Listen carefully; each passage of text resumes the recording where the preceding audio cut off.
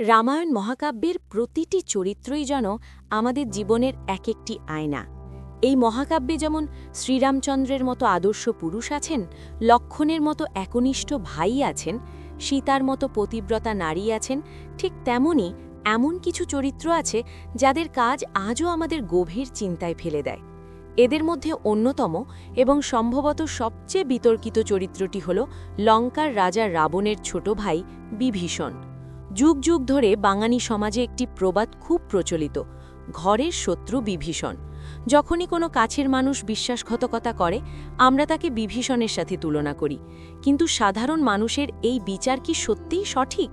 নিজের দাদা, নিজের পরিবার এবং নিজের মাতৃভূমি লঙ্কার বিরুদ্ধে গিয়ে রামের পক্ষ নেওয়াটা কি শুধুই ক্ষমতার লোভ ছিল, নাকি এর পেছনে লুকিয়েছিল ধর্মের এক অত্যন্ত গভীর এবং সূক্ষ্ম তত্ত্ব?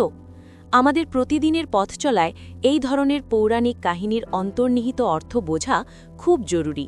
আর সেই তাগিদেই প্রেরণার গল্পকথা আসরে আজ আমরা বিভীষণের চরিত্রের এই অজানা দিকগুলো নিয়ে আলোচনা করব। আমরা খোঁজার চেষ্টা করব বিভীষণ কি সত্যিই একজন দেশদ্রোহী বিশ্বাসঘাতক ছিলেন, নাকি তিনি ছিলেন এমন একজন পরম ধার্মিক ব্যক্তি যিনি সত্যের খাতিরে নিজের সব কিছু ত্যাগ করতে দ্বিধা করেননি। মহর্ষি বিশ্রাবার পুত্র এবং রাক্ষসরাজ রাবণের ভাই হয়েও বিভীষণ কিন্তু জন্মগতভাবেই সম্পূর্ণ আলাদা স্বভাবের অধিকারী ছিলেন।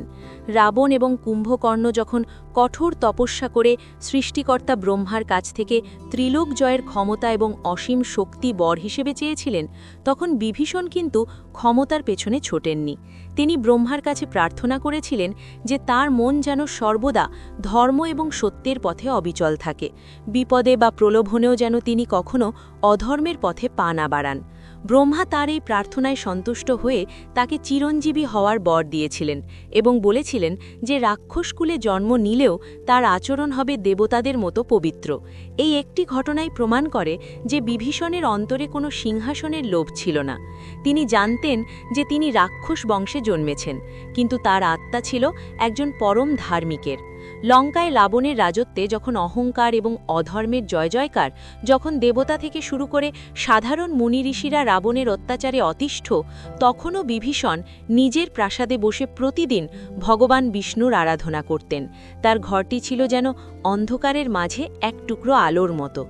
বিভীষণের জীবনের সবচেয়ে বড় পরীক্ষা শুরু হয় তখন যখন রাবণ পঞ্চবটী বন থেকে ছলনা করে মাতা সীতাকে হরণ করে লঙ্কায় নিয়ে আসেন। সীতাহরণের খবর শুনে বিভীষণ গভীরভাবে বিচলিত হয়েছিলেন। তিনি বুঝতে পেরেছিলেন যে রাবণ কেবল একজন অসহায় নারীকে হরণ করে আনেননি, তিনি আসলে লঙ্কার অনিবার্য ধ্বংস ডেকে এনেছেন। একজন বিশ্বস্ত ভাই এবং রাজ্যের প্রকৃত শুভাকাঙ্ক্ষী হিসেবে বিভীষণ রাবণকে বারবার বোঝানোর চেষ্টা করেছিলেন। তিনি রাবণকে স্মরণ করিয়ে দিয়েছিলেন যে অন্যের স্ত্রীকে জোর করে আটকে রাখা মহাপাপ এবং এই পাপের শাস্তি গোটা লঙ্কাকে ভোগ করতে হবে। তিনি রাবণকে শ্রীরামচন্দ্রের প্রকৃত পরিচয় সম্পর্কেও সতর্ক করেছিলেন। বিভীষণ বলেছিলেন যে রাম কোনো সাধারণ বনবাসী মানুষ নন, তিনি হলেন স্বয়ং পরমেশ্বর বিষ্ণুর অবতার। রামের সাথে শত্রুতা করার অর্থ হল গোটা রাক্ষসকুলের বিনাশ ডেকে আনা। বিভীষণ রাবণের রাজসভায় দাঁড়িয়ে নির্ভয় প্রস্তাব দিয়েছিলেন যে সীতাকে সসম্মানে রামের কাছে ফিরিয়ে দেওয়াই হল লঙ্কা এবং রাক্ষস বংশকে বাঁচানোর একমাত্র উপায়। কিন্তু ক্ষমতার দম্ভে এবং অহংকারে অন্ধ রাবণ ভাইয়ের এই সৎ উপদেশ শুনতে প্রস্তুত ছিলেন না। তিনি মনে করতেন বিভীষণ একজন কাপুরুষ এবং শত্রুর শক্তিতে অকারণে ভীত। দিনের পর দিন বিভীষণ তার দাদাকে সুপথে ফেরানোর চেষ্টা করে গেছেন। লঙ্কার সাধারণ প্রজা থেকে শুরু করে অন্যান্য মন্ত্রীরা যখন রাবণের ভয়ে হ্যাঁতে হ্যাঁ মেলাত, একমাত্র বিভীষণই সত্য কথা বলার সাহস রাখতেন। কিন্তু রাবণের অহংকার এতটাই প্রবল ছিল যে তিনি বিভীষণের কোনো কথা কানে তোলেননি। শেষ পর্যন্ত পরিস্থিতি চরম আকার ধারণ করে। রাবণ তার রাজসভায় সকলের সামনে বিভীষণকে ভয়ানক অপমান করেন। তিনি বিভীষণকে বিশ্বাসঘাতক এবং রামের গুপ্তচর বলে আখ্যা দেন এবং বলেন যে নিজের ভাই না হলে তিনি বিভীষণকে সেই মুহূর্তেই মৃত্যুদণ্ড দিতেন। রাবণ বিভীষণকে সজোরে পদক্ষেপ করে লঙ্কা থেকে চিরতরে বিতাড়িত করেন। এই অপমানজনক ঘটনাটি ছিল বিভীষণের জীবনের সবচেয়ে বড় মোড়। তিনি বুঝতে পেরেছিলেন যে লঙ্কায় এখন আর ধর্মের কোনো স্থান নেই, যে ভাই অধর্মের নেশায় এতটাই মত্ত যে নিজের হিতাকাঙ্ক্ষী ভাইয়ের গায়ে হাত তুলতে ছাড়ে না, তার পতন অনিবার্য। এই মুহূর্তে বিভীষণের সামনে দুটি রাস্তা খোলা ছিল, হয় অন্ধভাবে ভাইয়ের অধর্মকে সমর্থন করে পরিবারের প্রতি তথাকথিত আনুগত্য দেখানো, আর না হয় সত্য এবং ধর্মের পথ বেছে নেওয়া। বিভীষণ দ্বিতীয় পথটিই বেছে নিয়েছিলেন। এখানে তার আরেক দাদা কুম্ভকর্ণের সাথে বিভীষণের চরিত্রের পার্থক্যটি লক্ষ্য করার মতো।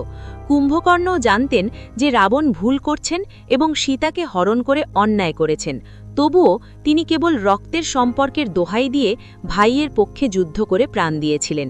একে হয়তো অন্ধ ভ্রাতৃপ্রেম বলা যায়, কিন্তু একে কোনোভাবেই ধর্ম বলা যায় না। অন্যদিকে বিভীষণ রক্তের সম্পর্ককে অনেক বড় করে দেখেছিলেন।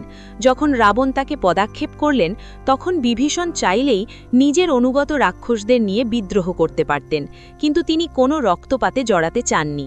তিনি নিঃশব্দে তার সমস্ত রাজকীয় সুখ, ঐশ্বর্য, এমনকি তার স্ত্রী সরমাকে লঙ্কায় ফেলে রেখে কেবল 4 জন বিশ্বস্ত অনুচরকে নিয়ে শূন্য হাতে লঙ্কা ত্যাগ করেছিলেন। এই ত্যাগ কি কোনো ক্ষমতালোভী মানুষের পক্ষে সম্ভব? কখনোই না। তিনি বুঝতে পেরেছিলেন যে পরিবারের প্রতি ভালোবাসার চেয়ে ঈশ্বরের প্রতি, সত্যের প্রতি এবং ধর্মের প্রতি ভালোবাসা অনেক বেশি গুরুত্বপূর্ণ। লঙ্কা ত্যাগ করে বিভীষণ সোজা চলে আসেন সমুদ্রের ওপারে রামের শিবিরে। যখন তিনি রামের কাছে আশ্রয় চাইলেন, তখন বানর শিবিরের অনেকেই তাকে সন্দেহ করেছিলেন। সুগ্রীবের মতো নেতারা রামকে সতর্ক করেছিলেন যে শত্রুর ভাই গুপ্তচর হতে পারে, বিপদের সময় তাকে বিশ্বাস করা বোকামি, তাই তাকে আশ্রয় দেওয়া উচিত নয়। কিন্তু ভগবান রাম তো অন্তর্যামী, তিনি বিভীষণের হৃদয়ের পবিত্রতা দেখতে পেয়েছিলেন। রাম সেদিন এক ঐতিহাসিক কথা বলেছিলেন। তিনি বলেছিলেন, কেউ যদি একবার শুদ্ধ চিত্তে তার কাছে আশ্রয় চায়, তবে তিনি তাকে কখনো ফিরিয়ে দেন না, সে বন্ধু হোক বা শত্রু। রাম বিভীষণকে পরম স্নেহে বুকে টেনে নিয়েছিলেন এবং লঙ্কা জয়ের আগেই তাকে লঙ্কার ভবিষ্যৎ রাজা হিসেবে ঘোষণা করে রাজ্যাভিষেক সম্পন্ন করেছিলেন। এটি রামের প্রতি বিভীষণের নিঃস্বার্থ সমর্পণের এক অপূর্ব নিদর্শন। বিভীষণ রামের কাছে এসে কোনো পার্থিব সম্পদ বা সিংহাসন চাননি, তিনি কেবল ধর্মের পক্ষে দাঁড়াতে চেয়েছিলেন। রামের এই স্বীকৃতি ছিল বিভীষণের ধর্মপরায়ণতার প্রতি স্বয়ং ভগবানের আশীর্বাদ। রাম রাবণের যুদ্ধে বিভীষণের ভূমিকা ছিল অত্যন্ত গুরুত্বপূর্ণ। অনেকেই মনে করেন বিভীষণ রামকে রাবণের এবং মেঘনাদের গোপন তথ্য জানিয়ে নিজের দেশের সাথে বিশ্বাসঘাতকতা করেছেন। তিনি মেঘনাদের নিকুম্ভিলা যজ্ঞ পণ্ড করার উপায় লক্ষণকে বলে দিয়েছিলেন, যার ফলে অপরাজেয় মেঘনাদকে বধ করা সম্ভব হয়েছিল। যুদ্ধের শেষ পর্যায়ে যখন রাম কোনোভাবেই রাবণকে বধ করতে পারছিলেন না, তখন বিভীষণই রামকে জানিয়েছিলেন যে রাবণের নাভিতে অমৃত ভাণ্ড লুকিয়ে আছে এবং সেখানে আঘাত করলেই রাবণের মৃত্যু হবে। এই ঘটনাগুলোকেই অনেকে বিশ্বাসঘাতকতা বলে থাকেন, কিন্তু গভীরভাবে চিন্তা করলে দেখা যায় তিনি যা করেছিলেন তা জগতের কল্যাণের জন্যই করেছিলেন। মেঘনাদের যজ্ঞ পণ্ড করার উপায় বা রাবণের নাভির কথা যদি বিভীষণ না বলতেন, তাহলে অধর্মের প্রতীক রাবণ এবং মেঘনাদকে বধ করা অসম্ভব হয়ে যেত। এর ফলে পৃথিবীতে পাপের রাজত্ব চিরস্থায়ী হতো, মুনি ঋষিদের জীবন বিপন্ন হতো এবং ধর্মের গ্লানি ঘটত। বিভীষণ বৃহত্তর কল্যাণের স্বার্থে ক্ষুদ্রতর পারিবারিক মোহ ত্যাগ করেছিলেন। শ্রীমদ্ ভগবদ্গীতায় যেমন ভগবান শ্রীকৃষ্ণ অর্জুনকে শিখিয়েছিলেন যে যখন ধর্ম বিপন্ন হয়, তখন নিজের আত্মীয় স্বজনদের বিরুদ্ধে অস্ত্র ধারণ করাও পুণ্যকর্ম। বিভীষণ ঠিক সেই কাজটিই করেছিলেন ত্রেতা যুগে। তিনি প্রমাণ করেছিলেন যে দেশ বা পরিবারের অন্ধ আনুগত্য যদি অধর্মকে প্রশ্রয় দেয়, তবে তার বিরুদ্ধে রুখে দাঁড়ানোই হল প্রকৃত দেশপ্রেম এবং প্রকৃত ধর্ম। অন্যায়ের প্রতিবাদ না করে নীরব থাকাটাও এক ধরনের পাপ। বিভীষণ সেই পাপের ভাগী হতে চাননি, তাই বিভীষণকে ঘরের শত্রু বলাটা এক ধরনের অন্যাচার এবং সমাজের অগভীর দৃষ্টিভঙ্গির পরিচয়। তিনি আসলে ছিলেন একজন পরম জ্ঞানী এবং ধর্মপরায়ণ মহাপুরুষ, যিনি আমাদের শিখিয়েছেন যে জাগতিক সম্পর্কের ঊর্ধ্বে হল পরম সত্তার সাথে আমাদের সম্পর্ক। সত্যের পথে চলতে গেলে যদি কাছের মানুষকেও ত্যাগ করতে হয়, তবে তাতে পিছু পা হওয়া উচিত নয়। রামায়ণের এই মহান চরিত্রটি আমাদের মনে করিয়ে দেয় যে ধর্ম কেবল কোনো আচার অনুষ্ঠান নয়, ধর্ম হল জীবনের প্রতিটি মুহূর্তে সঠিক এবং সত্যের পথ বেছে নেওয়ার অদম্য সাহস।